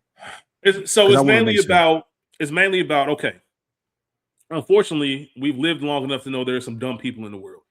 Facts. Right? No people who don't take the time to research, don't take time to form their own opinion. So there are some people, which is no fault to you, that will say, you know what? I'm going to champion Spike Lee, and whatever Spike Lee say, I'm riding with it. So if Spike Lee come out on a topic about Memphis being a shithole, then guess what? I'm going to go and say Spike Lee was right. Memphis is a shithole. It is. Without any kind of implication of like there are real people who live there. You fucking quadruple down on that shit. Without any indication of, hey, there's people that live there. What is the reason for why it's a shithole? What's the economic issues? Blah, blah, blah. What I'm saying, I know you're looking at it like, bro, I'm not getting that deep into it. I'm just saying in general, I got history with that city. Nigga, it's that's just what a people shithole. doing. I'm talking some shit. Like, I'm not a fucking mayor or politician. Exactly. Like, none of that shit. So do you ever feel frustration or No. even responsibility to make sure that your point is clearly defined to make sure everybody knows exactly what it is that you meant or said? Or you just say, hey, here's what I said, take it how you want to? I have one responsibility. Well, no, I have more responsibilities, but my top responsibility when doing this is to entertain you. That's it. Mhm. Not to inform you, not to, like, I am supposed to be entertaining in on any platform that I come to. That's my main responsibility. Sometimes that's going to require coloring outside of the lines. If you can't disperse that from, oh, I'm taking this as fact and Memphis is a shithole, and you do your own research, as I used to say during the pandemic. If you can't do that and you holding me as, oh, well, Lou said it was a shithole, then it's a shithole. Like, I'm not responsible for that. I'm only responsible for entertaining you. That's what I signed up for. That's what we did this for. That's what me and you do. Of course, me and you have real conversations, genuine conversations. Me and Mo had genuine conversations, real conversations. But the overall goal of this is to entertain you. So if entertaining sometimes is, oh, Memphis is a shithole, yeah, I'm gonna say it. I'm not scared of what you say to me in response. I don't care if you don't like me. I don't even care if I can't go to Memphis because I ain't planning on going there anyway. But that's on y'all, not me. My only job, my main responsibility is making sure that this is something that you are going to listen to from beginning to end. I don't want you to cut it off at 33 minutes. I want you to listen, like we're at an hour and 11 right now. I want you to be listening to start to finish and be entertained or interested in it. Have a question for me, make a comment, respond, like whatever it may be. That's fine with me. But I'm not the nigga I'm not Don Lemon. I'm not none of those. I'm not none of those people who you should be getting information from or going to get your own information. I am strictly here for entertainment. So Well, you never mainly here for entertainment. I'll say that. No, I got you. So you never, because we do something different. I do think this is something different from entertainment. I was going to What ask me you and if Mo this is did, entertainment. No, what me and Mo did, what me and you do. Sometimes me and you just are entertaining because we know what it is. Yeah. And also with Mo too. But sometimes it's different from entertainment. But the main thing is to make sure that people understand that this is for entertainment. Like, it's the whole reason that Joe Budden put that shit in the beginning of his podcast. Like, we're gonna talk about real shit, but I got the disclaimer at the beginning to let you understand, like, bro, this is not real. This is not us. We're not speaking like what all the shit that he says. That's kind of my mantra for podcasting as well. Maybe I should do that at the beginning of all our shows. Possibly. Maybe it's a new addition. Now, here's the thing that I find very interesting about you. This is very fascinating to me. You have the ability to be a Mark Lamont Hill, where you can be the smart nigga in an entertaining space. Do you ever think about that? Do you ever think that maybe I can switch it up? Maybe not switch it up. You've been doing it so long at this point. But you ever think, like, I can still be the smartest nigga here, make the killer points, but I don't have to carry the entertainment portion of it? I like that, though. That's what I enjoy about it. I enjoy the entertainment. I enjoy being able, like, similar to Mark, as what you're saying with JBP. I think for him, the reason that's such a great fucking fit for him, we see him go be the smart nigga everywhere. He gets to let loose there. Like, he get to make the nigga jokes. Like, he get to be a nigga. Like I didn't like Mark Lamont Hill as much as I like him now because I know he a real person. Yeah. Like, for me, to your question, I want to be that. I don't want.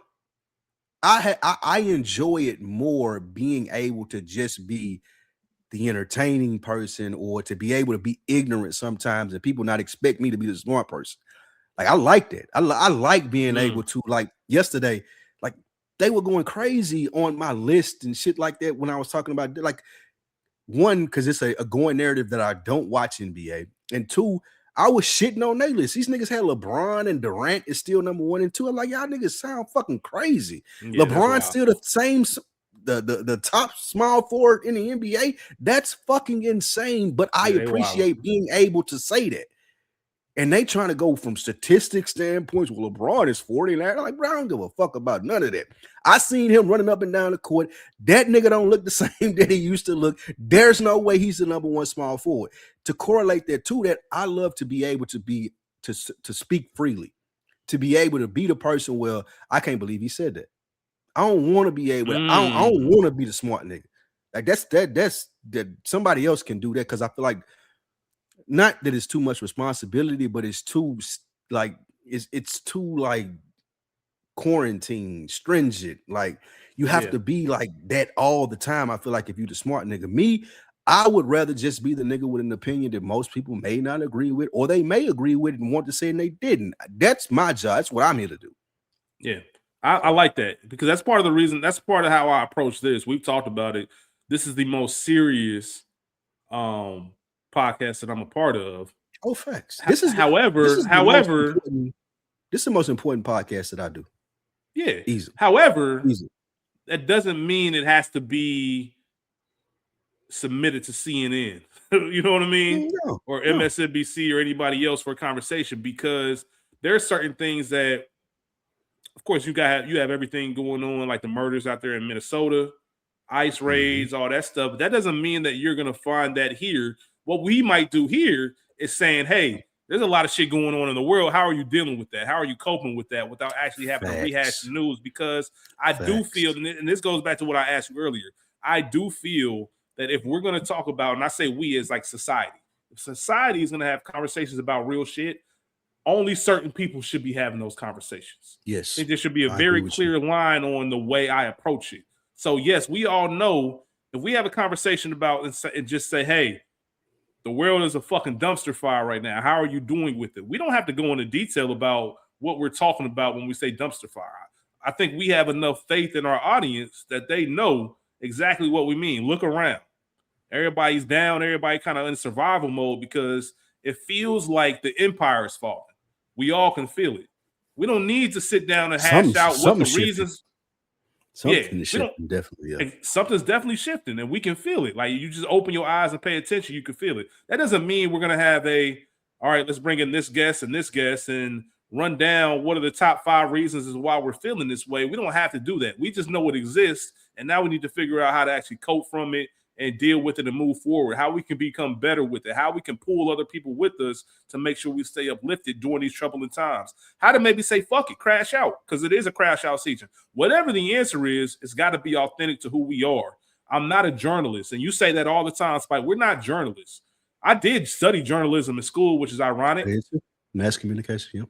Yeah, but I don't want to say I'm too lazy to chase the news, but I don't care enough. I don't want to sit down and chase the late. I don't want to, like you said. Like it's more so I have a thought on something, but I'm more so into people and how we feel and how we're actually doing. Like it's a genuine, are you okay? Like, are you good? Do you need anything? That's a really good point. I chase the news if it was in that sense, like what you're saying. I remember way back in the day now that I don't know if you remember Viceland, but they had this series called Noisy. And they went to Kendrick Lamar hood.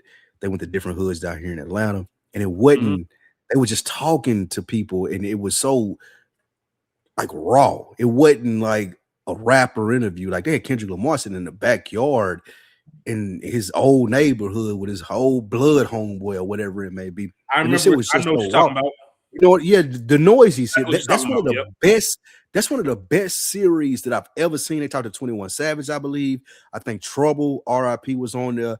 But it was just like, that's what I'm interested in, into what you said. I don't want to chase the stories. I want to talk to the people. And that's why when I say that this is probably the most important podcast that I do, because me and you are just talking as people. We ain't chasing a story. We're giving you real-time reflections on damn, this is a 40-plus-year-old black man. This is a 30-plus-year-old black man. And they're talking about their experiences and being out there in the world today amongst all this chaos. They can laugh, they can joke, they can be serious. All these things are possible. And it ain't necessarily hindered upon, what do you think about what's going on in Minneapolis? What do you think about the government shutdown? What do you think about the shit that just happened in Iran? Like, yes, nigga, that's affecting all of us. We all see that. We all know that shit is happening. It's a burden or bearing on us. But what this platform and what I'm proudest of about creating this, and it's shout out to you and shout out to Mo, because y'all understood this. It's not about that. It's about talking. It's about understanding another person. It's about me and you talking and people understanding different points of views from us. Even when Portia was on here, when Dro comes on here, when these different people come on here, when David comes on here, some of my favorite shit is like, you just get to understand just normal conversations amongst people who are dealing with the same shit that you see in the news, but we're having conversations about it. What do you feel about it? And it's not, you're not going to be laughed out the room. You're like, man, nigga, I'm stressed. Nigga, I like it's going to be okay. Tell me more. I want to know what you mean, because I may feel the same way. It's a nigga out there listening that may feel the same way. That's the beauty of this platform, what we do, what we're able to push forward towards. Like, that's what I love about this and having these conversations with you, Mo, and all the people that have been bookworms in this. It's a relief every week. Like, even now, today, me and you didn't have a plan coming into this. We had an hour 20 now. We didn't even talk about the stuff that we did plan. Yeah, we had an hour 20 now, just bouncing off of each other. Like, this is how I feel right now. This is what I do right now. This is how I want people to perceive me. And I think a lot of men, Black men especially, we don't get the chance to have this hour 20, hour 30 minutes, 2 hours in our life. That's why people enjoy listening to us, that really fuck with the show. It's like, I get to relax right here. I ain't got to hear about the fucking Grammys. I ain't got to hear about the Super Bowl. I ain't got to hear about none of that shit. I just get to hear two normal, regular people talk about what's going on with them. Not in the world. Like, what do you feel about what's going on? Jay-Z's Kingdom Come album, the actual song Kingdom Come. One of the bars in that song was, I think it was Kingdom Come where he said this. And there's much bigger issues in the world I know, but I first had to take care of the world I know. No. And that's kind of what I feel like this podcast is. Like, yeah, we know that there's shit going on all over. Real serious life and death, generational, impacting the next few generations shit going on. We are aware of that. However, it's hard to jump straight to that if you don't have your own shit taken care of. Because there's people who look like us, who think like us, who look up to us in a certain sense. I don't mean like we're role models or heroes, but hey, I get my social commentary, going back to what you said, I get my social commentary from y'all every Friday. I need to know how to cope with all this shit, and y'all are the two voices I'm hearing with. If we go straight to what's going on in all these different places, as fucked up as they are, there's other people that's like, yo, I feel that, but I'm also reading that every single place. Every time I turn on my TV, I'm seeing it. Every time I turn on the radio, even if people don't listen to the radio no more, I'm hearing it. Every podcast seems to be talking about it. I want to talk to y'all just to see about how y'all feeling through it. Fuck the information. How do we deal with the information? And that's the next step. So it's exciting, man, because the conversations you and I have had on the phone and just talking about I don't want to say the expansion, but just growing this brand and what it could be. Oh, excuse me, what it will be. Yeah, expansion. That's what this brand will be, and the ideas that we're able to, I didn't talk about it. I meant to open up the show with it. So we tease me and Spike finally being able to link up. Mother Nature got the best of it. Didn't happen. Yeah, plane ticket was bought. I was supposed to fly down last Saturday morning. I got an email from Delta on Thursday morning. Like, hey, my nigga, they pretty much in the nigga terms say, hey, my nigga, you might want to rebook that flight. You better listen to him. It's looking slow. It's looking slow. And then Friday morning, I got the email saying your flight's been canceled because they had snow in Atlanta and all types of shit. But that's not gonna stop any motion. We're still gonna make that link up happen. It was more so about knowing that it was going to happen and the opportunities that we talked about what we want to do and just how we want to take this, and even pulling up on people, man. We talked about that. Me and Spike, I can see us very easily one day pulling up on people just to have some talks. Thanks. And let's just go ahead and sit down and do it and all of that. Me and you got to meet in Nashville or Cincinnati. Like, one of us need to have the home field advantage. Well, I'm coming down to Nashville when we do the launch with Big Jeff. Okay, yeah, we talked about that this week. But you definitely got to come to the city. I got some details for you. But yeah, I think both of us need to meet each other on our home turf. Like, it's cool. And not just you definitely come to the A, but definitely there's like in Cincinnati and in Nashville just to get a whole vibe. So not just on some like pull up. I'm talking about like I'm about to have Spike Lou with the fam. Like he about to get the whole experience on like why I am the way I am. And I want to do the same in Nashville. That's why I said. That's why I said it. Like, that's the place that you'll get the full meal. He's like, oh, okay. I totally understand a lot more now than I did when you just talking. Like that's the feeling in it. So I 1,000,000% think that needs to happen. And I had another thought, but it fleeted me. I can't remember what the fuck it was. What you said? What there was something else that you said? Just talking about how we're the voice for the. Go ahead. Now, y'all be on the lookout for the collab with Big Jeff. And also, Rich and I will be on the meet either in Nashville or Cincinnati first, whichever one that happens. But I just can't remember what the fuck I was thinking. It was something. Damn. Either way, it's all good. Yep. You got anything else? You want to talk about that clip? The little scenario before we get out of here? All right. Yeah, let's get into it. Go ahead and set it up. Do we want to play it? Or yeah, so just no. What all I'll say is for those out there listening, it is maybe 4 minutes. So bear with us. But we can't might cut it short. Yeah. You know what? I cut it off. I cut it off once the producer dude. Start talking. And okay, this is for your Dro. Y'all listening, wanting to hear our perspectives as single man on stuff. This is kind of in that vein. So this is why we talking about this. 100%. All right. I'm gonna play it to a certain point. Okay. These are two women. This is just to make sure they get their credit. R2 Jen's podcast. The caption is, "Am I overreacting for calling a divorce attorney after my husband lied about who he was with?" That's kind of the premise of this. We're going to play a portion of it and have a conversation before we get out of here. I'm going to go ahead and press go now. Am I overreacting for calling a divorce attorney after my husband lied about who he was with? Oh, who was he with? Your sister? So I, female 37, just need non-biased opinions. My husband, male 37, asked me 2 weeks ago if he could go camping this past weekend with a friend and his brother. He asked via text, so I assured him, I'm assured I'm not remembering incorrectly, so she has receipts. I said, I don't know, because our daughter, 5, had a cheer competition, and I'd prefer not to drag our son, 6, along for that long day. He offered to arrange for a sitter, but I still wasn't happy because the competition was early and close to our house. Getting her up and ready is already a pain, and the ad in driving our son to a sitter's is just making the morning so much more stressful. We find out she's performing later, so he decides to go. He says he's going with his brother and the friend can't go. So now it's just him and his brother. Okay. Wednesday night before he left, he specifically said he was nervous with the Verizon outages because he and his brother both have Verizon and they're hoping they don't lose access to GPS. He established the story beforehand.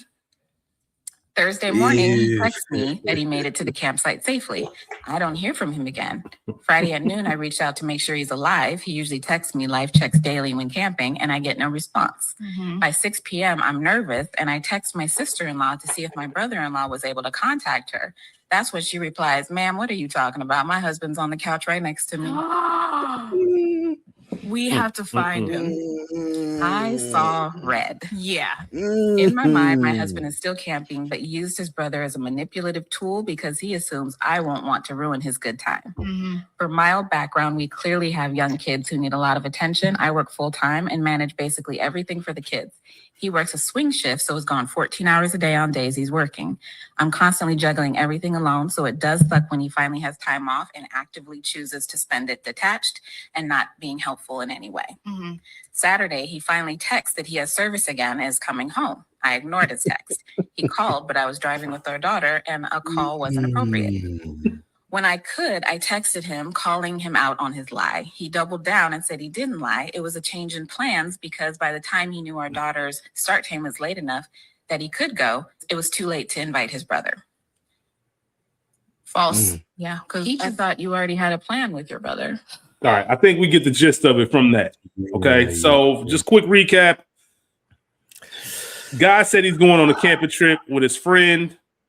His brother. Friend can't make it. Well, I think his friend first, and then friend couldn't make it, so he's going to invite his brother, whatever the case may be. Let me just say something real quick. Real quick. You can't set up the lie. You can't set up Not the too lie early, too bro. early. All right. Chapter If that's what you're gonna do, and we're not, I don't know, and I'm sure we'll have a conversation about what our thoughts are, what dude was going through, the potential options. But when you start saying shit out the norm, especially to a woman, if you don't think women pick Hey, up on everything, you crazy. Like if you my just nigga randomly said start talking about, man, I really hope the Verizon ain't tripping this Verizon weekend. outlet, like what? Verizon Nigga, is having you outages, crazy? like what? Oh my god! You sound guilty. So Spike Lee, Damn. you hear this. The two hosts go on, and there's some male producers there that kind of intervene, but they pretty much saying like, listen, I don't know if it was some Brokeback Mountain shit. I don't know if it was another woman, but he was definitely That's with somebody crazy. that weekend. That's what they would say. He was with somebody that weekend. He just didn't want it to be you. And obviously, the woman ended up contacting a divorce attorney, and they agreed that she wasn't tripping for doing that. Mm. Spike, Okay, what's your so thoughts? my initial thoughts are this, because shout out to Portia, the former First Friday. She sent this to me, and this is what I told her. I was like, there's a lot of assumptions being made here by the women once she find out that the brother ain't there, which I'm not totally against. I understand that. Yeah. But that ain't how man, we had this conversation here before. Man brain versus women brain. That ain't how man brain work. Yeah. Like, I don't initially jump to, oh, it's somebody else there. Oh, it Brokeback Mountain, which is fucking insane. That's Or wild. even that's insane. Or even another girl being there. Hold on, time out. Can we stop real quick? Can we just stop real quick? I just want to say this. The only reason I say that's wild is because you have zero information. Like, you don't know anything about this man. There's nothing about his characteristics. All you know is this. Like, why do you go straight to Brokeback Mountain? Logic versus emotion. We are men. We think with logic. They are women. They think with emotion. So immediately, logically, in my brain, what I thought was, oh, he tired of his bitch. He was just trying to get away. He was just trying to get away from her for a weekend, and he didn't want her to have no excuses to be like, oh, no, you can't go. Like, I genuinely believe that him and his brother were going on a camping trip, and his brother probably pulled out, or his friend, or whoever the fuck it was. And then when they pulled out, he was like, fuck that. I'm still going. Like, I'm just gonna hold this on until, you know what I'm saying? If I go dolo, I'm gonna go. His problem was he didn't answer the phone. She called the nigga, he didn't answer the phone. Now I gotta call somebody else to try and check on you, and now your lie's exposed. Answer the phone. Men in relationships, I know I'm single. I'm trying to give y'all some, answer the phone. That's the least that you could do. Figure out the lie on the fly when you answering the phone, but answer the phone. The missed call is worse than the answer, and you not having the answers as far as when she calling you. So with that being said, I think they jumped to a lot of conclusions because we didn't play that part. The producers jumped in, the ladies jumped into, oh, he was with another woman, he was with another man, he was definitely there with somebody. Me, as a man, and knowing how simple that we are, what I think it was, he tired of that shit. You got two little badass kids, the 6 and the 7 years. I gotta go to fucking cheerleader practice, and this little badass nigga, you can't even leave him at home. Like, you gotta go get babysitters for him. And like, I'm tired of all of y'all. None of y'all appreciate me. I want to go out here, be dolo by myself, fish, be in the woods. He couldn't tell his wife that though, and that's his problem. Like, if I'm ever in a relationship again, I got to be able to be 100% honest with the person that I'm with, like the woman that I'm with. I got to be. Like, I agree, because what Portia said, oh, well, he a bitch ass nigga then because he couldn't say that. I agree with that. Yeah. Like, you got to be able to tell the person that you've said, oh, I'm going to do the rest of my life with you. Like, I need a fucking break. Like, y'all, you, these kids, and even if you don't, okay, well, no, not even. I need a break. But sidebar, if the nigga working 14-hour days, he not helping you with the kids already, he not being like, because as a man, me, and I know most men feel like this, and you can correct me if I'm wrong, which I don't want to see my girl struggle. Like I'm not gonna be in a relationship with my girl, feel like she doing everything. She taking care of all the kids. I ain't going to none of the events just because I work 14-hour days. And now I work 14-hour days. If I'm not working 14-hour days, I'm sleeping most of the day. Like I'm not doing that. If that's the case, I might as well be single.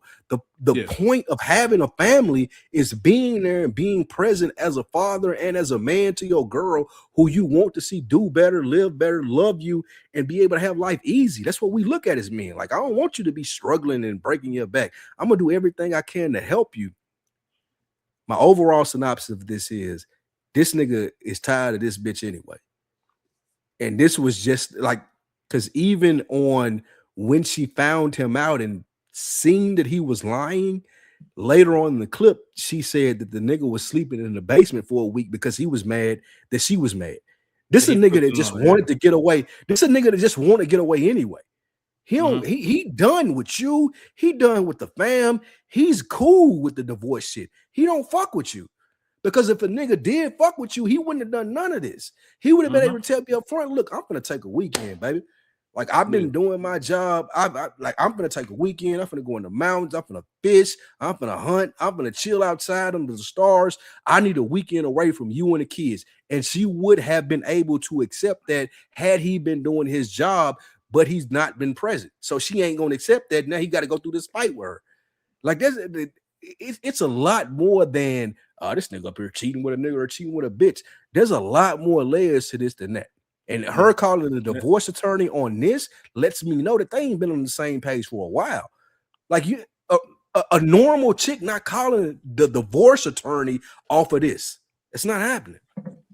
So, all well said. Incredible points by you.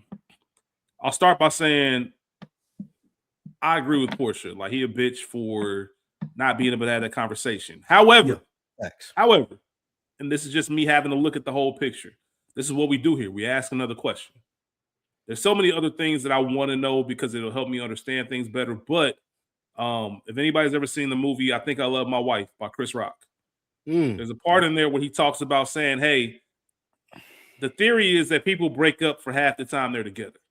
So in other words, if you've been together for 8 years, you've been breaking up for 4 of them. You know what I mean?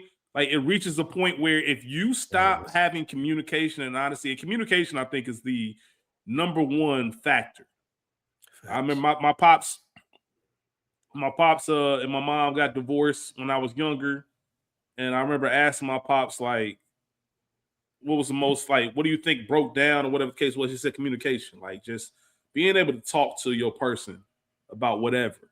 I mean, that's a daily thing. You have to build that equity every single day. And you can't get caught up in no bullshit. You can't lie. You got to good, bad, and different. Even if you know she ain't going to like what I want to hear, I think women will respect your honesty. All right? They'll respect that honesty. So the first thing I thought of was, I wonder how long they've been together. Because one thing I've learned about myself at 39 years old, one thing that is a non-negotiable for any relationship I enter in the future, I'm sitting that woman down and I'm telling her straight up, you have to have an individual life of your own. Because I have an individual life of my own. The way I view our relationship is us bringing our lives together and enhancing them. I don't want you to be my world. I don't want to be your world. I want you to still have your hobbies. I still want you to have your girls' nights. I still want you to say, hey, me and the girls got a trip planned for July. Bet. Cool. Like, that's what's up. Whatever you were doing before we got together, keep doing that shit. Because once you stay on top of somebody like that long, it's not functional in a real way, in my opinion. Maybe they didn't know that. Maybe they've been together since they was high school sweethearts. Maybe they got together early 20s. Maybe they didn't know that was an issue. Because if you got young love, everything's good.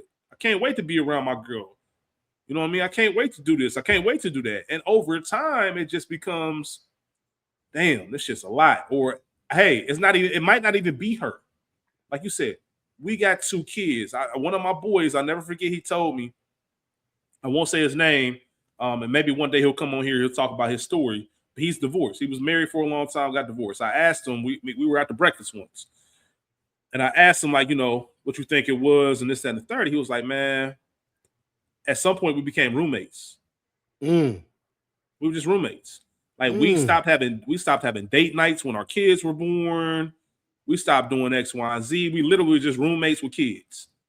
And we lost all that spark. So he was the first one to admit it, like, and he still to this day, anybody in the crew or whatever, if they get married or whatever, he always tells them, man, y'all need at least one kid-free date night a week. Y'all need to do this. Y'all need to do that, because he experienced firsthand what it was like for your life to shift, because, all right, our lives changed, because at first it was just us and we can do whatever we want to. Now we got other people to be responsible for.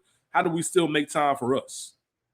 I say all that to say, I have no idea how long this brother been feeling that way, but I guarantee you that nigga looked at that fucking, I'm sure they got a fucking calendar on that refrigerator, and that nigga looked at that shit on that Saturday and said cheerleader practice at 8 a.m.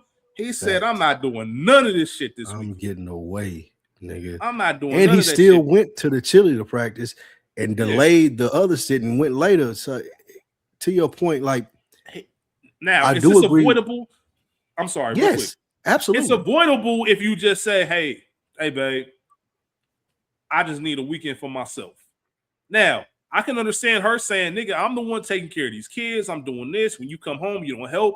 I can understand the pushback, and maybe you need to listen to that and say, you know what?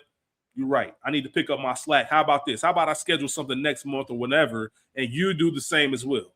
Do some player shit. I done got you a spa day. I done called your sister. I done bought your sister a flight in from out of town so she can come visit you. You know what I mean? I got y'all a hotel for a couple days. We gonna get a hotel. Y'all good. Like, all of that shit, it's got to be give and take. It can't just be, that was some selfish shit, because you could have just admitted it. Even if you didn't get the answer you wanted to, I think she would have respected it. I agree with you and Portia on that. He a bitch ass nigga for it. And I think men, we get in that, you get in that mind frame of, I'm just going to say what I think will make my partner happy, or I don't want to do anything that's not going to make my partner happy. If I had understood this when I was in my relationship, it probably would still be going on, because I was kind of like that. But you got to be real with yourself and the person that you dealing with, in the sense of, hey, bro, I need a fucking break. Like, you doing way too much right now, and you should be comfortable saying that, and the person that you're dealing with should be comfortable hearing that. It shouldn't be a fight. It shouldn't be a pushback. It should be like, okay, let's plan this out. To your point of what you just said, like, if at my stage in life right now, if I were to do any other relationship, like, I couldn't even see a way where I would be arguing with my significant other, with a woman. Yeah. Like, there's no way, because we're going to be able to figure this out, even in this sense of what you're saying with the camping trip. Here's what I'm doing. He might be going, my brother. He might not be going, but I'm gonna tell you what, I'm going. I need a break. I'm tired of this. And she's like, oh, well, you ain't doing this, that, and the third. Okay, cool. I'll receive and accept that. I'm gonna give you a break too, like what you said. When I take my break, you take your spa day. I'll make sure that even the ride to the event, like, if you want to go to the event, we can go to the event together with my daughter. But after that, I'm going camping. If you want to go get a spa day, if you want to go get your nails done, if you want to go shopping, cool, go do that. But niggas don't feel comfortable enough expressing themselves that way. They think they have to be submissive to their women and their situation, in the sense of, I don't want to say nothing to rock the boat. I'm never, ever being in or approaching a relationship like that. I don't even look at it as rocking the boat. Like, you just got to be you way more. Like, you just got to be sincere about who you are. And if I'm a nigga that's like, I need to take a camping trip, my brother may come or may not come, like, don't none of that shit matter. All that matter is, I'm up here, I ain't answering the phone, I'm letting you know that beforehand, and you need to be cool with that. And if you're not, let's have a conversation, versus, oh, you figured out I'm lying, you figured out this, that, and the third, and now I gotta call people. Like, no, I'm never ever doing that again in my life, ever. 100%. Like, I'm 100% upfront with who I am, what I want to do, and what I expect. And if you got cool 100%. With that, that's fine. It ain't no beef. It ain't nothing. We just not, it's not a compatible thing. And you know, you said something a couple episodes ago, a couple chapters ago, that I've been thinking about, when you mentioned how two people can like each other and think they each other dope, but that doesn't mean they meant to be together. Don't mean I think that's a big thing that was going on is you look at the potential in someone and say, oh, I could see a potential X, Y, Z, or they could meet this X, Y, Z need, but it doesn't mean that they're meant for you in that way. Another thing that I thought, the negotiation tactic too. So maybe you say, I'm going to do this, I'm gonna be gone for the weekend, I ain't answering my phone. And maybe she say that, hey, that's cool, but listen, you got to answer your phone when I call you. Like, I need that. And maybe that's it. That could be it. As simple as, hey, I'm going to try to leave you alone, but if I need you, cool. That's a good ask. That's a good ask. A fair ask. That's the exact same thing that I responded to Portia and said. I said the biggest mistake was not answering the phone. Yeah. It wasn't the lie of him not being there. It wasn't none of that. Like, he could have answered the phone and been like, hey, yo, what up? And like, what you doing? Oh, yeah, I'm up here at the campsite. Such and such couldn't come. I still went. I'm dolo. I'm chilling. And this is what I need for the weekend. You can be mad about it, whatever. We can talk about it when I get back. I'll answer the phone when you call me the next time. It's fine. But not answering the phone was the keys, like indicating, like, you on some bullshit, bro. Yeah, answer absolutely. The phone. Answer the phone and be truthful. That. Yeah. Not even on no selfish. I know he wanted to get his time, but bro, that's your family, bro. They could be worried sick. Like, they don't know what's going on with you. Yeah. What are you talking about? And then getting mad and staying in the basement for a month. You wanted to leave anyway. You wanted to leave anyway. It's over. It's over. That was the indication. So that's what one of the biggest things about being in a relationship for me is, like, I'm never comfortable with my girl being like just mad, us just being mad at each other. It don't make for a good home, house, talk, anything. So like, everybody I'm never going. Everybody uncomfortable around the house. Hey, I'm a stubborn ass nigga. I'm one of the most stubborn niggas you probably ever meet in your life, being an only child in the side. But with that being said, me? What? With that being said, I'm not going to my home and staying in the basement if I got kids there. Like, we got to figure this out. I'm not cool with, I'm mad because you got mad. Now we ain't talking and I'm standing in the basement. If that's the case, let's just not do this. I'm cool with that. Yeah. That's fine. We can, like, this can end. I'm not speaking for dude because he probably don't feel that way. Yeah, it's fine. If it needs to co-parent, it might be the best option. Bro, if I can go to the woman that I said spent 10% of my salary on her ring and a wedding and did all this shit and we got vows, if I can be like, I'm gonna go sit in the basement for a month, this ain't for me and you. Like, this ain't there's no way that if I have a wife that me and you finna be beefing for a month and I'm standing in the basement. Like, stop. Nah. I ain't going to nobody nothing. Me and my wife beefing. I don't care if the house on fire, nigga. I'm not leaving. Exactly. Tata can take care of my kids, nigga. That's fine. But yeah, like, it again, if you locked in, and that's why I see the wrong in both of this was, like, if you locked in, she not going to get a divorce lawyer and he's not going to stay in the basement for a month and not talk to her. That's not that's not what people do that's locked in. My last point, another great point that you just made all throughout. My last point that I'll make is the most, I don't want to say disturbing. Disturbing might be too extreme, but the most concerning thing I think is the way we broke down our thoughts versus how they initially thought, he's cheating, he's doing that. The first thing I thought, and here was the kicker, and you mentioned it. Here was the kicker for me. We didn't play this part, but Spike alluded to it. When he got home, he was so upset at her for trying to call him out that he flipped it on her. And now I'm mad at you for accusing me of X, Y, Z. When I heard that told me one thing. Either A, you don't feel respected at home, which is probably why you don't try to help out as much, or you don't have any idea what type of way she be talking to him or whatever. Once again, we don't have all the information. So you see how this is done? You see how this is done, y'all? You see, I'm not just accusing her of anything. I'm just saying, hey, these are possibilities. It's something that may be there. I don't know what's going on. She could be the best wife ever. And if she is, then shame on that nigga. But she also could be putting that nigga through the ringer. And that nigga like, I got to get the fuck up out of here. And that's what I said. They immediately jumped to the nigga was cheating versus thinking that this nigga ain't even happy there. Like, this nigga, he don't like them kids. He don't like her. All of them getting on his fucking nerves, and he just needed a weekend to decompress. We as men understand that. Women go completely to the opposite as to, oh, there's something nefarious happened. You cheating, you sleeping with a man, it's some other woman. I'll be like, no, nigga, he just needed a fucking break. Y'all getting on his goddamn nerves. Like that's it. Niggas I done heard say, man, I wish I had an apartment I can just duck off to like every week, like for a few hours every weekend, not even the whole time. Let me get 3 hours on a Sunday where I can just duck off to this apartment and be by myself and not have to be bothered by anybody. I've talked to niggas with kids and wives, and they've been like, man, you get to go to the movies just on a random Saturday? Oh, shit, man, that must be lit. And I'm looking at them like, what the fuck? What are you talking about? Like, it's normal. But they don't get that luxury. Like, it's so either way, the main point of it is not only is it just interesting conversation, but as y'all always know, we preach it week in, week out, man. Ask another question, see other possible scenarios.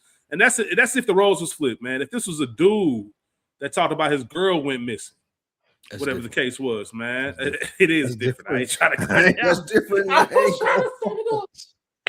I was trying to be politically correct on it, but I was like, hold on, man. If your girl get low, nigga, you better my girl can't tell me I'm finna go camping in the woods for 2 days because I need a break, bitch. You crazy. Like, no, I done seen them. Yeah, I done seen them videos of them women on the phone with, hey, man, hey, I better stop fucking playing.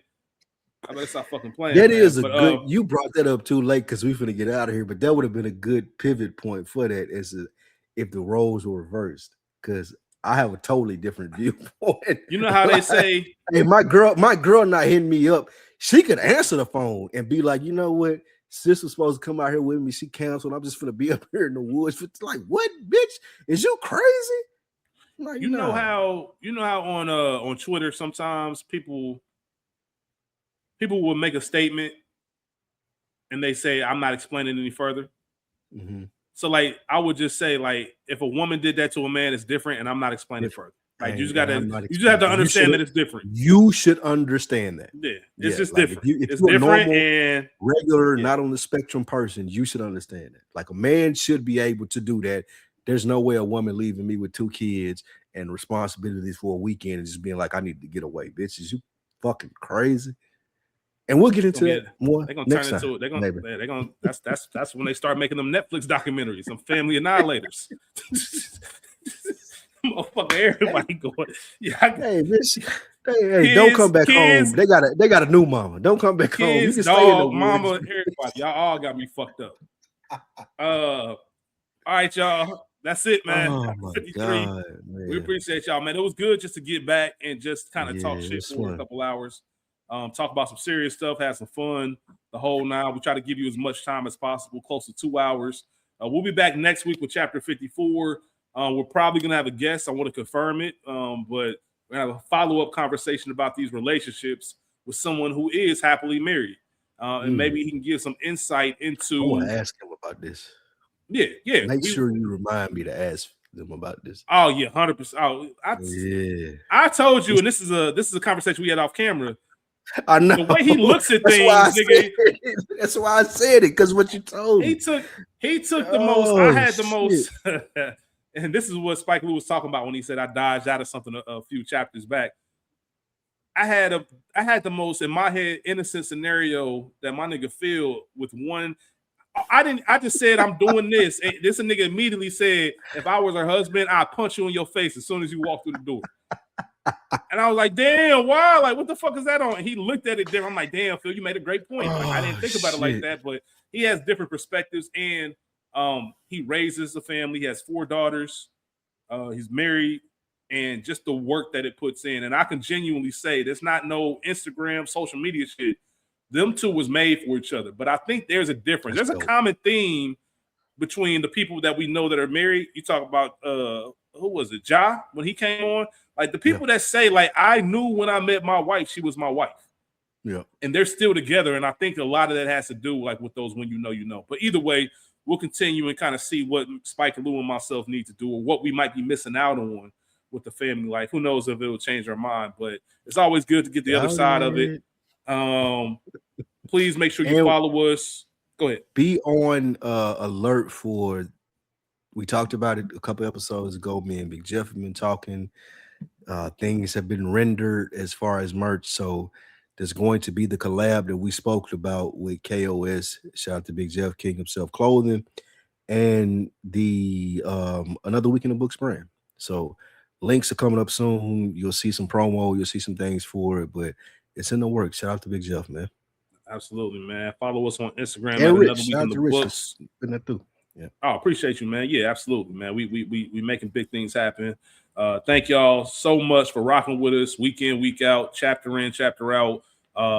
We are just getting started, man. We just cooking. Like we got a lot of good things in store for y'all. We'll be back next week with chapter 54. Y'all know where to find us everywhere else. What you got, Spike Lou? If you are in Atlanta and you listen to this, pull up on us this weekend. Crates and Convos, AB's event that he hosts with Culture Hysteria, the podcast that he does with Q. Shout out to Q. But if you're in Atlanta, look up Crates and Convos, pull up on us. We'll be there Saturday. Dope event, really dope vibes, really dope spot. So if you are in Atlanta listening to us, pull up on Crates and Convos. You bitches is not Atlanta. Every time I hear Atlanta, I just think about old girl. What was her name? What's her name? Who? Omerta? The chick that. Yeah. Amaretta. Yeah, Amaretta. I don't even. Shout out to her for getting a shout out here on the pod. That was random. But either way, I think actually I talked to Spike Lou about this. I told him next time, like my reschedule for Atlanta, I want to go to Crates and Convo. I might have to reach out to AB to see if I can get an advanced date. Like if I know in advance, like when the April one's gonna be, I'll just book a flight for that and slide. Reach out to him. You got his number. He got this. I don't got his number, but I'll hit him up. I'll hit him up from another book in the Week in the Books page or something like that, and just kind of say, hey, when your April date, and I'll just set the date from there. They got several more planned out in the future, so I ask if you don't hear back from. Yeah, but that would be a dope. It's a real dope event, man. This is lovers and friends, so they doing dates and shit. Maybe I'll meet somebody in there. Bring your coloring book, my nigga. Y'all be cool. We'll catch y'all next week. We out. Peace.